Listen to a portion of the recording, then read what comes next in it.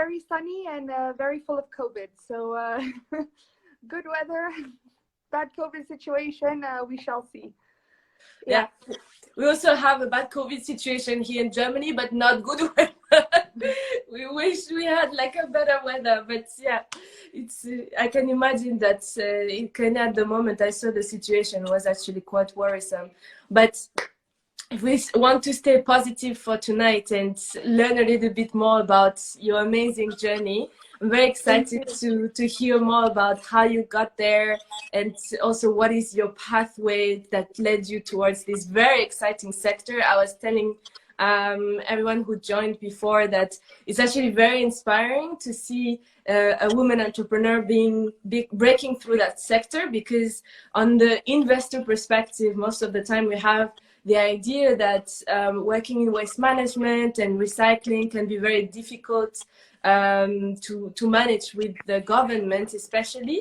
So I'm just very excited to hear more about your journey and how you started basically InsectiPro, how the idea came to you and how you've been able to develop it along the years. I don't know if you still hear me well, because I think we have connections issue, but I hope it will work. Talash, can you hear me? Oh, I don't think that Talash is still hearing us. That's a bit. So that's the beauty of doing a live, is that you never know.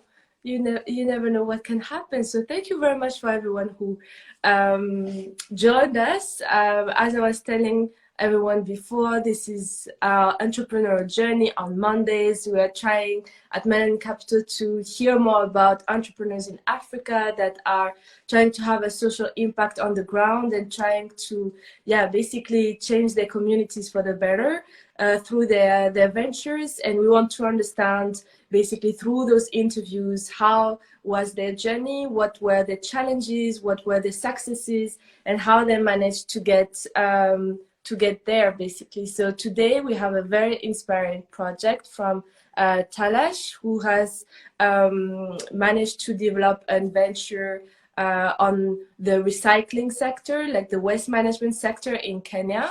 And we are very excited. Perfect. Talash, you managed to join us again.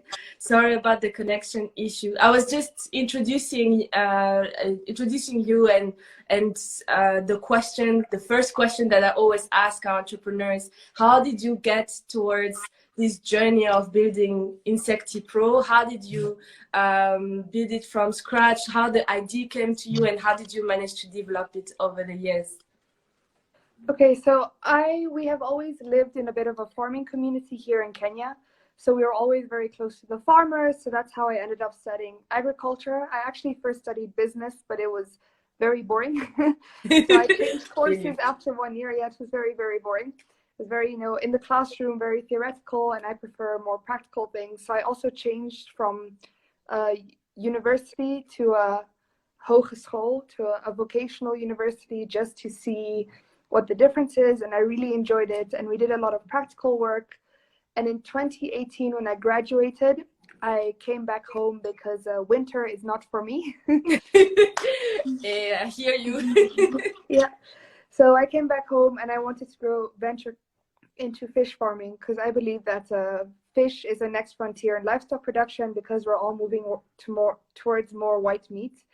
But when we're breaking down the cost of fish farming, we realized that it was very, very expensive. We needed to be doing more than 5 tons a month to be properly, profitable. That was the break-even point, so it was very high. So then we thought, okay, why is fish farming so expensive? We have perfect weather here in Kenya. Labor is very cheap. Conditions, like it should just work. So when we were breaking it down, we realized that the most expensive component was feed. So what the animals are eating. In Kenya, that is around 60 to 70% of the cost of production. And when you look at the different components of feed, and in Europe, it's between 32 to 50%. So wow. Here it's double or even triple, depending on which country you're in. So when you look at feed, the most expensive component is protein. So we use a lot of fish meal and soy. There is no country in East Africa, except maybe Zambia, that grows a lot of soy. So most of it has to be imported because we live in a very, very wonderful country. We have a lot of problems at the port with importing things, even basics like soy meal. So, that pushes the price up slowly by slowly. And everybody thinks there's a lot of fish meal in Lake Victoria. I'm here to tell people that is not true. All our fish meal in Kenya comes from our wonderful neighbors in Tanzania and Uganda. So again, importing the product into the country, price goes up. So we thought, what can we do that's different, that can help plug this gap, making feed cheaper, making it easier for farmers to produce their animals. And we looked at things like algae, we looked at beans, and we ended up on insects. Wow. The city where I lived in the Netherlands, the university is very modern and progressive. So there were edible insect snacks coming out. It's a growing trend in Europe. So then we were thinking, okay, insects. So the first insect we looked at was a cricket. Crickets are very expensive. They're around locally $21 a kilo, and in Europe around $35 a kilo. So that's not something you're putting in animal feed.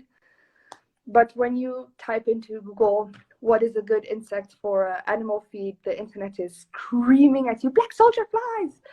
Then you click on the first link, you click on the second one, and you end up in a Wikipedia hole, and it's 5 a.m. in the morning, the sun is coming out, you're like, oh my God, we have to do this. Definitely. Yeah, so we started researching it, started talking to different organizations and companies, and we realized actually it is a very interesting idea because they eat waste. So then you're helping close the food cycle on that side, and you're creating a product that's beneficial for both farmers, but also for like the environment, because you're taking out waste and upcycling it into more different products. So we approached a few companies with this idea, and the demand was a lot higher than what we can ever produce. So we started production in November of 2018. We started with like 2 kilos of insects, and now we do around 1 ton to 2 tons a day. So we're pretty big. We're moving. And last year, our little edible crickets also joined the family. So now we have crickets for human consumption and black soldier flies for animal feed. Wow, that's very impressive. So please, can you walk me through the production process? Because you just said that basically you upcycle food for those insects to eat, basically, and then you use those insects for animal feed. Is that correct? Yeah. So for example, if there's a company that makes mango juice, when they squeeze the juice out, they're left with the peel, the seed, and the pulp. We can take all those. Our insects love mangoes. They will eat it very happily. And 10 days later, we have fertilizer that can go directly to the fields. And we have insects that we can dry, and it replaces fish meal and soy as a protein component in animal feed. My God, so it's really like recycling, like closing the cycle of all the food product. I love it. It's really it's really inspiring. And how did you manage to scale up that fast? Because you started really like at very beginning, up to 2 tons a day today, in 3 years, then less than 3 years, 2.5 years. Did you get any support in terms of investment, or did you do a crowdfunding campaign, or not even? Did you just bootstrap? Yeah, we just bootstrapped. We did it all with private investment, a little bit here from family and friends. Actually, the only outside investment we had was we were on the Nest 2 years ago. It's this really, really cool program. It's sponsored by Untapped. And we were on the first ever episode. We just pitched randomly and we're like, okay, maybe we will get in. And we got in. And the founder of Untapped, he loved our idea, and he helped us acquire some of our newest machinery. But the rest was all done by hand, organic growth. I have an amazing team who we just believe trial and error everything. That's how you're going to move forward. And then at a certain point, we were big enough where it was easier to scale. So in our first 2 or 3 months, we were very proud of ourselves, doing 100 crates a day. And now if we're not doing 1,200, then Talash gets very mad. Just slow organic growth that also allowed us to learn things along the way, like what not to do than what to do. So that's what's really helped to remove the mistakes slowly by slowly.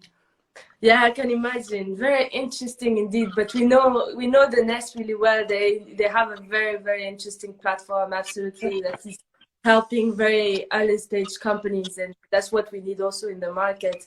But so how do you operate today? Do you have specific let's say production units in rural Kenya, and then Very sunny and very full of COVID.